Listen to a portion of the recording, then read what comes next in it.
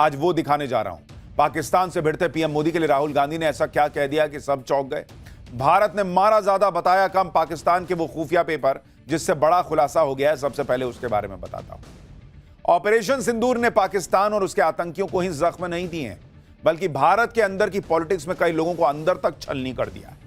भारत की तरक्की से चिड़े बैठे दुनिया के बड़े बड़े देशों को हिलाकर रख दिया है।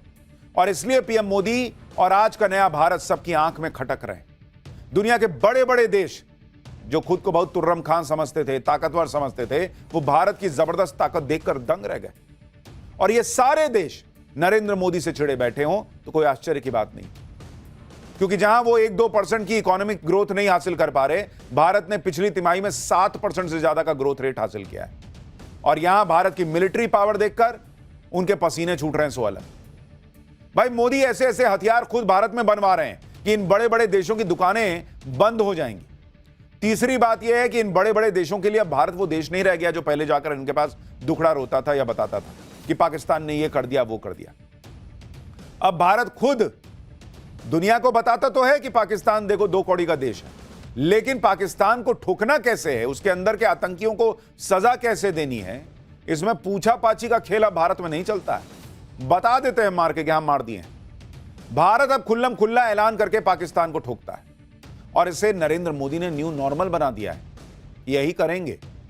ऑपरेशन सिंदूर को जो कामयाबी मिली उसने भारत का कद बढ़ा दिया, देश की राजनीति में नरेंद्र मोदी का कद और ऊंचा कर दिया। और यही बात भारत में उन लोगों को चुभ रही है जिनका काम ही सिर्फ नरेंद्र मोदी का विरोध करना है। कितने रफेल गिरे से लेकर ऑपरेशन सिंदूर को फेल बताने तक का सियासी कांड करने वाले अब कह रहे हैं कि पीएम मोदी को ऑपरेशन सिंदूर पर विशेष सत्र बुलाना चाहिए संसद का। इसके लिए आज इंडी गठबंधन ने एक मीटिंग रखी। मीटिंग में 16 दलों ने पीएम मोदी को लेटर लिखकर विशेष सत्र बुलाने का प्रेशर बढ़ाया। इस मीटिंग का एक मकसद विपक्ष की एकता का शक्ति प्रदर्शन भी था, लेकिन विपक्ष की एकता में सेंध लग गई। ऑपरेशन सिंदूर पर विपक्षी बटा नजर आया। लेकिन इनको विशेष सत्र किस बात का चाहिए? क्या वहां संसद में खड़े होकर पूछना है कि राफेल गिरा है कि नहीं गिरा है? वहां संसद के अंदर बयान चाहिए। ऑपरेशन सिंदूर पर इसी राजनीति का चैप्टर आज पाठशाला में खोल रहा हूं। विपक्ष की इस पॉलिटिक्स के बीच पीएम मोदी कौन सा ऐसा काम करने लगे हैं जिसकी चर्चा होनी चाहिए, वो भी आज आपको बताऊंगा। पीएम मोदी ऐसा क्या करने वाले हैं जो पाकिस्तान के आतंकियों को बड़ा मैसेज देगा? मोदी विरोध में ऑपरेशन सिंदूर के बाद से अजीबोगरीब सवाल पूछ रहे राहुल गांधी को अब किसने एक्सपोज कर दिया है, आज ये सब पहले चैप्टर में दिखाऊंगा। लेकिन जो पॉलिटिक्स हो रही है उसकी झलक देखिए एक बार। विशेष सत्र को लेकर क्या राजनीति चल रही है इसके बारे में आगे विस्तार से बताऊंगा, लेकिन पहले देख लीजिए कि राहुल गांधी की क्या अलग ही पॉलिटिक्स चल रही है। राहुल गांधी पहले पूछ रहे थे कि कितने विमान गिरे भारत के, ये बताओ। अब राहुल गांधी कह रहे हैं कि ट्रंप का फोन आया और नरेंद्र मोदी ने सरेंडर कर दिया। सोचिए, बात राहुल गांधी तब कह रहे हैं जब आज ही खुद भारतीय सेना के सबसे बड़े अधिकारी chief of defence staff CDS ने ऑपरेशन सिंदूर पर यह नई बात बताई कि पाकिस्तान 48 घंटे युद्ध लड़ने का मन बनाए बैठा था। 8 घंटे में, मात्र 8 घंटे में भारतीय सेना ने पाकिस्तान को ऐसा धुआं धुआं किया कि 8 घंटे में पाकिस्तान सरेंडर करने के लिए गिड़गिड़ाने लगा। पाकिस्तान से आज ऐसी रिपोर्ट भी आई कि भारत ने मारा ज्यादा है और बताया कम है, जो मैं आपको पाठशाला में बार बार बता रहा था कि भारत मार ज्यादा रहा है, बता कम रहा है, ताकि दुनिया में आंसू बहाता हुआ पाकिस्तान विक्टिम ना बन जाए। इस रिपोर्ट के बारे में आगे आपको बताऊंगा। पहले सुनिए राहुल गांधी प्रधानमंत्री नरेंद्र मोदी के लिए कैसी भाषा इस्तेमाल कर रहे हैं, क्या कह रहे हैं। बीजेपी आरएसएस वालों को अब मैं अच्छी तरह जानता हूं।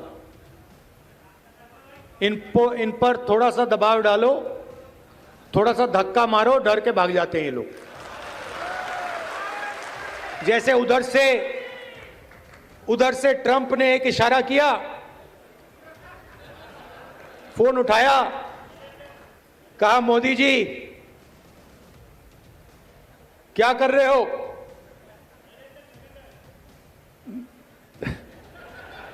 नरेंद्र सरेंडर। और जी हजूर करके नरेंद्र मोदी जी ने ट्रंप के इशारे का पालन किया। आजादी के समय से सरेंडर वाली चिट्ठी लिखने की आदत है। 1 सेकंड में थोड़ा सा दबाव पड़े, भैया ये लो। हाँ, तो ये इनका कैरेक्टर है। कांग्रेस पार्टी सरेंडर नहीं होती है। कांग्रेस पार्टी सरेंडर नहीं होती है, वो सीधे खत्म हो जाती है। इसलिए पिछले 3 चुनाव से खत्म मामला चल रहा है इनका, देश भर में खत्म होते जा रहे हैं। और वो राहुल गांधी की इसी पॉलिटिक्स की वजह से हो रहे हैं।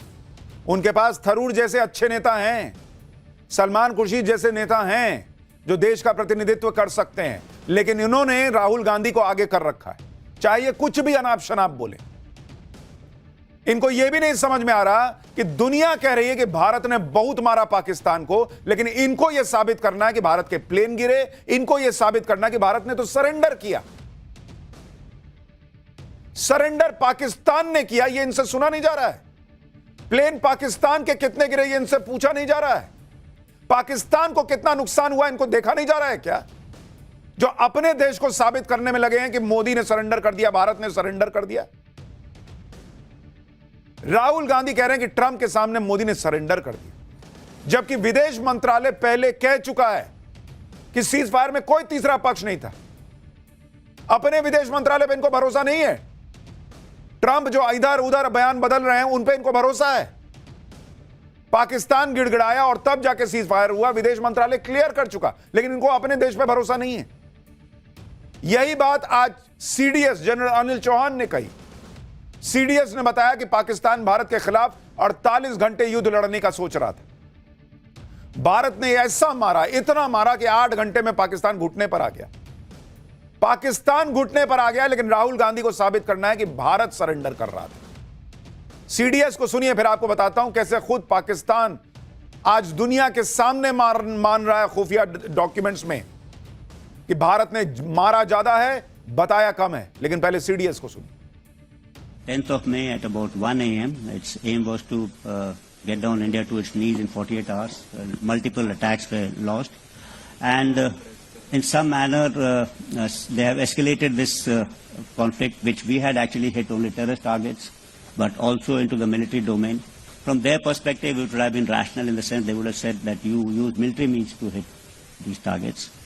But it was also rational on their part, operation which they thought they'll continue for 48 hours, folded up in about 8 hours.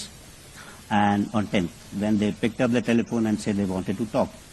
And I think that the rationale behind this the realization coming in stemmed from 2 facts. That one is they must have assumed that if they continued this mode, they're likely to lose much more. आपने सुना, CDS खुद कह रहे हैं कि पाकिस्तान ने phone किया था कि भाई सीज फायर कर लो, छोड़ दो हमको।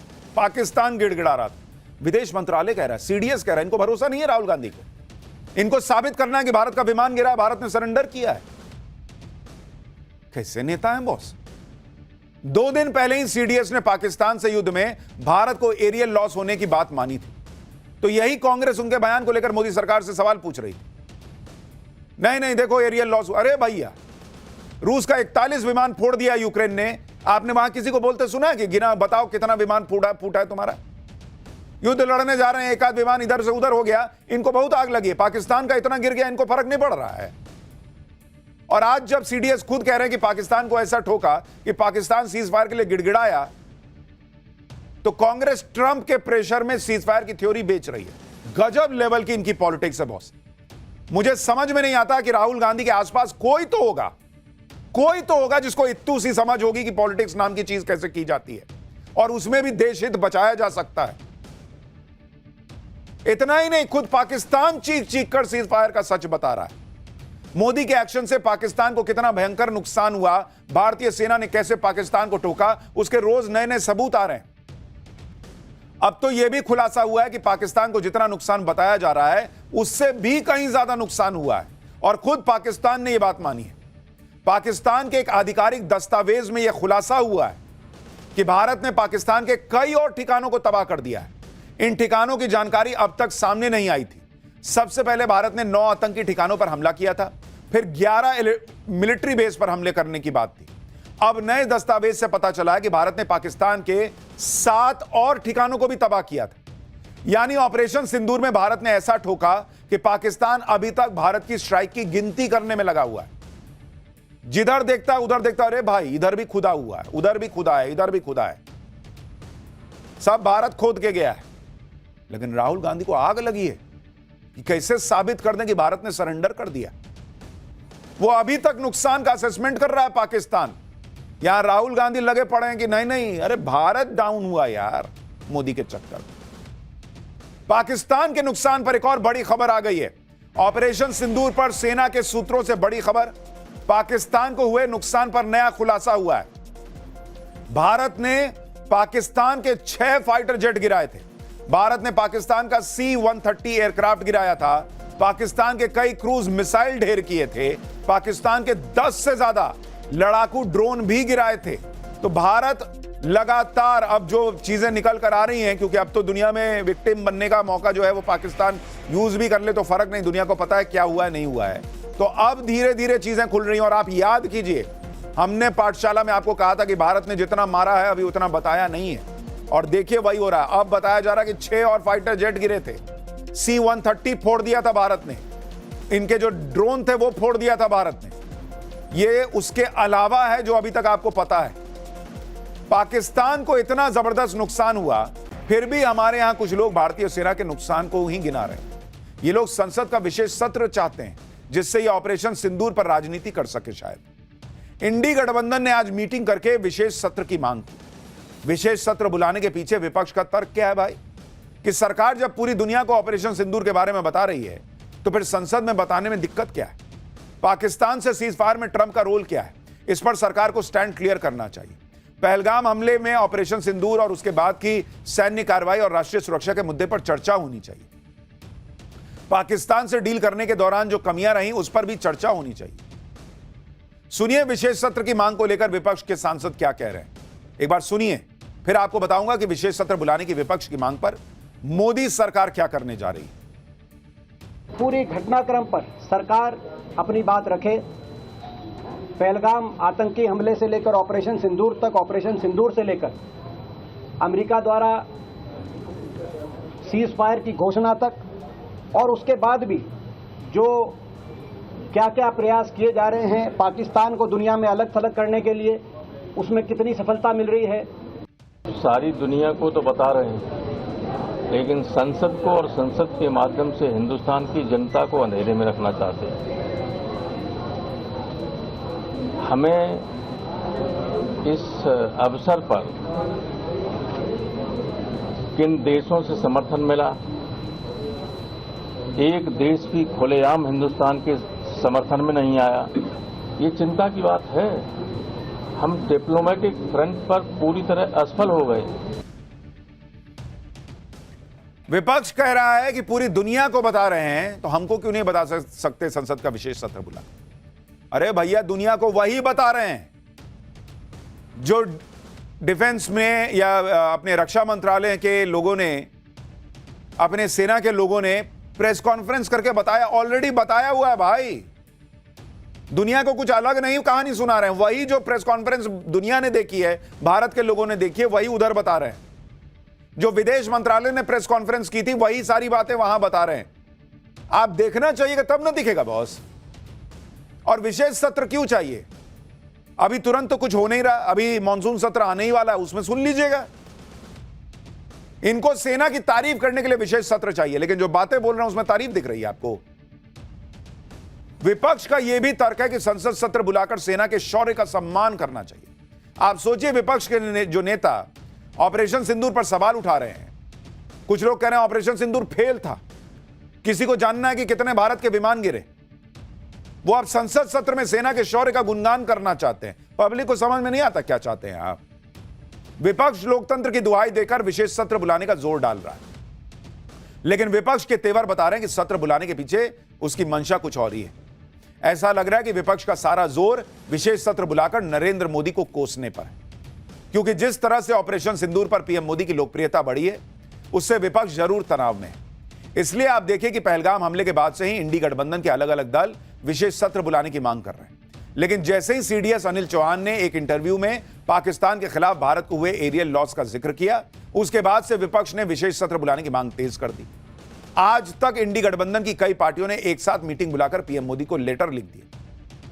पर मैं तो एक बात ही नहीं समझ पा रहा, भारत का अगर एक विमान, दो विमान इधर से उधर हो भी गया, गिर भी गया, सारे पायलट सुरक्षित है, यह बताया जा चुका है। अगर इनको पता भी चल गया कि भारत के कितने विमान गिरे हैं, ये क्या करेंगे? मुझे यह नहीं समझ में आ रहा है।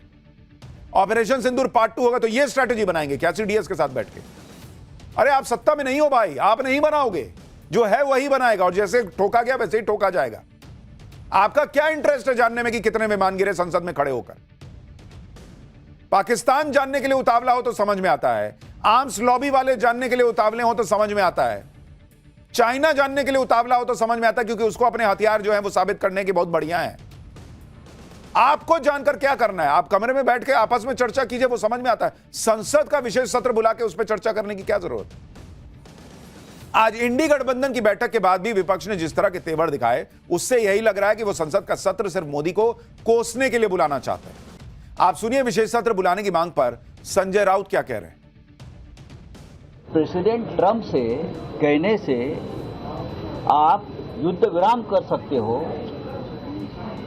तो देश की जो मुख्य अपोजिशन पार्टी के कहने से आप स्पेशल सेशन क्यों नहीं बुला रहे हो? क्या हमको स्पेशल सेशन के लिए प्रेसिडेंट ट्रंप के पास जाना पड़ेगा? इंडी गठबंधन चाहता है कि जैसे ही मल्टी पार्टी डेलीगेशन विदेश से लौट आए, उसके तुरंत बाद ही मोदी सरकार को जून में ही स्पेशल सेशन बुला लेना चाहिए। हालांकि सूत्रों के मुताबिक सरकार विपक्ष की विशेष सत्र की मांग पर विचार नहीं कर रही। इसके पीछे का तर्क है कि जुलाई में मानसून सत्र होने ही वाला है, ऐसे में विशेष सत्र की मांग का कोई मतलब नहीं है।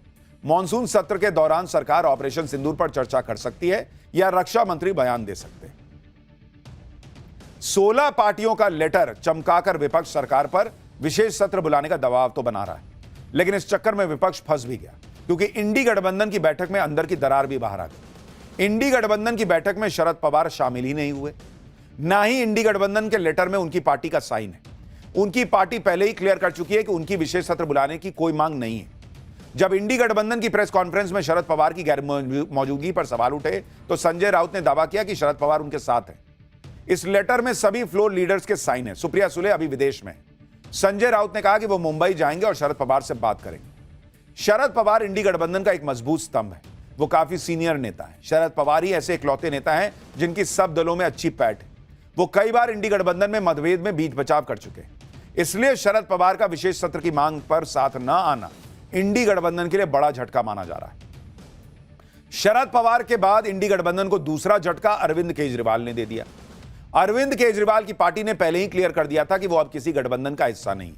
इसलिए अरविंद केजरीवाल की पार्टी इंडी गठबंधन की मीटिंग में शामिल ही नहीं हुई। विशेष सत्र की मांग पर अरविंद केजरीवाल की पार्टी ने पीएम मोदी को अलग से चिट्ठी लिखी, लेकिन इनके साथ नहीं आए। आम आदमी पार्टी ने इंडी गठबंधन से तो दूरी बना ली, लेकिन मोदी विरोध में वो इंडी गठबंधन की ही राह पर चल रही। आज ऑपरेशन सिंदूर को लेकर जब पंजाब के मुख्यमंत्री भगवंत मान से सवाल किया गया, तो उन्होंने पीएम मोदी पर विवादित बयान दे दिया। भगवंत मान ने बीजेपी के उस घर घर सिंदूर अभियान का जिक्र कर दिया, जो बीजेपी ऑलरेडी कह चुकी है कि ऐसा कोई हम अभियान चला ही नहीं रहे। लेकिन भगवंत मान अभी भी उस पर अड़े हुए हैं, कह रहे हैं कि क्या ये कोई वन नेशन वन हस्बैंड वाली स्कीम है क्या? सुनिए कैसी कैसी बातें कर रहे हैं। ਐ ਯਾਰ ਸੰਦੂਰਾਂ ਦੇ ਨਾਂ ਤੇ ਵੋਟਾਂ ਮੰਗਦੇ ਨਹੀਂ। ਸੰਦੂਰ ਦਾ ਜਿਹੜਾ ਮਜ਼ਾਕ ਉੱਡਿਆ ਉਹ ਨਹੀਂ ਦੇਖਿਆ ਤੁਸੀਂ ਵੀ ਮਤਲਬ ਅਸੀਂ ਸੰਦੂਰ ਵੀ ਭੇਜਾਂਗੇ ਹਰ ਘਰ 'ਚ, ਤੁਹਾਡੇ ਘਰੇ ਆਊਗਾ, ਫਿਰ ਤੂੰ ਲਾ ਲੇਗਾ, ਫਿਰ ਕਹਿ ਦੇਗਾ ਵੀ ਆ ਲੈ ਮੋਦੀ ਦੇ ਨਾਂ ਦਾ ਸੰਦੂਰ ਲਗਾ। ਇੱਕ ਵਨ ਨੇਸ਼ਨ ਵਨ ਹਸਬੈਂਡ ਇਹ ਸਕੀਮ ਹੈ। बीजेपी क्लियर कर चुकी कि हम कोई सिंदूर घर घर नहीं पहुंचाने वाले। लेकिन सोचिए कैसी भाषा है कि मोदी क्या वन नेशन वन हस्बैंड चला रहे हैं। सीएम भगवंत मान बीजेपी के जिस घर घर सिंदूर अभियान का हवाला देकर पीएम मोदी पर भद्दा कमेंट कर रहे थे, उस अभियान को लेकर बीजेपी कुछ दिन पहले ऑलरेडी क्लियर कर चुकी है कि ऐसा कोई अभियान नहीं चलने वाला है, ये एक फेक न्यूज है। लेकिन सीएम भगवंत मान ने इसे लेकर सीधे सीधे प्रधानमंत्री पर घटिया कमेंट कर दिया। जबकि यही भगवंत मान जब प्रधानमंत्री से मिलने जाते हैं, भाई साहब उनके सामने लेट नहीं जाते हैं, यही बहुत बड़ी बात। ऐसे झुक जाते हैं पीएम मोदी के सामने जैसे वो प्रधानमंत्री मोदी का कितना बहुत बड़ा सम्मान करते हो। ये तस्वीरें हाल ही के नीति आयोग की मीटिंग की हैं, जिसमें भगवंत मान पीएम मोदी के प्रति आदर दिखाने के लिए बाप रे बाप एकदम झुके चले जा रहे हैं। और जब वहां प्रेस कॉन्फ्रेंस में पॉलिटिक्स करनी है तो कह रहे हैं मोदी क्या वन नेशन वन हस्बैंड चल रहा है क्या? इंडी गठबंधन को एक झटका तो शरद पवार और अरविंद केजरीवाल दे चुके। इसके अलावा झटका उनको उनके अपने ही नेता भी दे रहे हैं। पहले शशि थरूर ने पीएम मोदी की तारीफ की, तो वो कांग्रेस नेताओं के निशाने पर आ गए। अब ऐसा ही कुछ सलमान खुर्शीद के साथ हुआ तो उनका दर्द बाहर आ गया। मल्टी पार्टी डेलीगेशन के साथ विदेश दौरे पर गए सलमान खुर्शीद ने सोशल मीडिया पोस्ट में कहा कि जब वो आतंकवाद के खिलाफ मिशन पर हैं, जब वो भारत का संदेश दुनिया तक पहुंचा रहे हैं, ऐसे वक्त में देश में लोग उनकी राजनीतिक निष्ठा पर सवाल उठा रहे हैं। यह बहुत दुखद है। सलमान खुर्शीद ने पूछा कि क्या देशभक्त होना इतना मुश्किल है क्या? यह कांग्रेस के लिए ही झटका है कि उनके ही वरिष्ठ नेता सलमान खुर्शीद को अपनी पार्टी को यह समझाना पड़ रहा है कि देशभक्ति और राजनीति में फर्क करना सीखो। सलमान खुर्शीद ने हाल ही में 370 हटाने के पीएम मोदी के फैसले का समर्थन किया था। शायद इसी वजह से वो कांग्रेस नेताओं के निशाने पर है। कांग्रेस नेता राशिद अल्वी ने तो इशारों में ऐसे नेताओं पर एक्शन की भी मांग कर दी। सुनिए जरा। जो लोग डेलीगेशंस में गए हैं वो भारत को रिप्रेजेंट कर रहे हैं, वो किसी पार्टी को रिप्रेजेंट नहीं कर रहे हैं। लेकिन अगर कोई भी कांग्रेस का नेता बीजेपी की तारीफ करता है, कांग्रेस के मुकाबले में तारीफ करता है, और ऐसा हो रहा है, आपकी बात सही है, उनके खिलाफ कांग्रेस के अंदर कार्रवाई होनी चाहिए। और वो तमाम लोग कांग्रेस को कमज़ोर कर रहे हैं। घर को आग लग गई घर के चिराग से। हम अपने आप ही को, अपनी पार्टी को बर्बाद करने पर तुले हुए हैं। इन लोगों की दिक्कत यही है, इनको यह नहीं समझ में आ रहा कि कांग्रेस बर्बाद इसलिए नहीं हो रही कि कोई शशि थरूर मजबूती से भारत का पक्ष रख रहे हैं या सलमान खुर्शीद भारत की बात कर रहे हैं। वो इसलिए कमजोर हो रही है, नीचे से नीचे जा रही है, क्योंकि राहुल गांधी और उनके आसपास का इकोसिस्टम समझ नहीं पाता कि ऑपरेशन सिंदूर को लेकर इस देश का सेंटिमेंट क्या है। राहुल गांधी और उनके आसपास का इकोसिस्टम समझ नहीं पाता कि देश यह सुनना चाहता है कि पाकिस्तान को कितना मारा, उसके कितने प्लेन गिराए, उसके कितने एयरबेस फोड़े। देश का इंटरेस्ट इसमें नहीं है कि भारत के कितने विमान गिरे, क्योंकि देश जानता है कि हमारा सैनिक अगर युद्ध लड़ने जा रहा है और थोड़ा इधर उधर कुछ होगा तो दोनों तरफ हो सकता है। ऐसा नहीं होगा कि हर बार आप जाएंगे और आपका कुछ नुकसान होगा ही नहीं। फिल्म नहीं चल रहा, फिल्म में भी नहीं होता बहुत ऐसा। लेकिन ये राहुल गांधी और कांग्रेस को कौन समझाए कि देश क्या सोच रहा है इस वक्त। इधर शशि थरूर और सलमान खुर्शीद जैसे नेता अपनी ही पार्टी का विरोध झेल रहे हैं, उधर ऐसी खबर आ गई जिससे यह विरोध और बढ़ सकता है, क्योंकि पीएम मोदी डेलीगेशन का हिस्सा रहे नेताओं से अब मुलाकात करने वाले हैं। 9 या 10 जून को जब सब लोग विदेश से लौट आएंगे तो यह मुलाकात होगी। दुनिया भर के अलग अलग देशों में जो बातचीत हुई है उसके बारे में पीएम मोदी को बताया जाएगा। भारत ने 32 देशों में अपने 7 प्रतिनिधि दलों को भेजा है। अब आप सोचिए